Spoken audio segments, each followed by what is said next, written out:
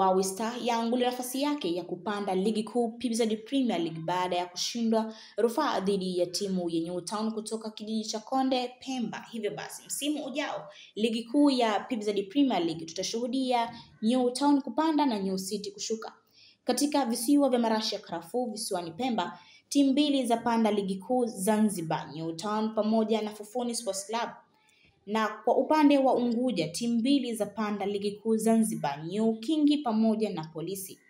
Tukirudi tena katika visiwa vya marashi ya karafuu Pemba, timu zilizoshuka ligi Zanzibar ni Tekeleza pamoja na Mwenge Sports Club, na kwa Unguja ni Inte Zanzibar ambapo kwa jina jingine inafahamika kama ni timu ya Gari la Point pamoja na New City. Kwenye friend base uweza kutoa komenti yako na ubashiri kati ya timu hizi nne ni timu gani ambayo itakayoweza kuwakilisha vyema kama timu ya Mwembe Makumbi City ambapo iliweza kupanda daraja katika msimu wa 2024-25 na kuweza kutusua vyema kuwakilisha vyema timu za uraiani. Na ni timu gani ambayo itakayoweza kuperform kama ilivyoperform timu ya Inte Zanzibar Gari la Point? Je, ni New Town, Fufuni FC, Polisi ama ni New King?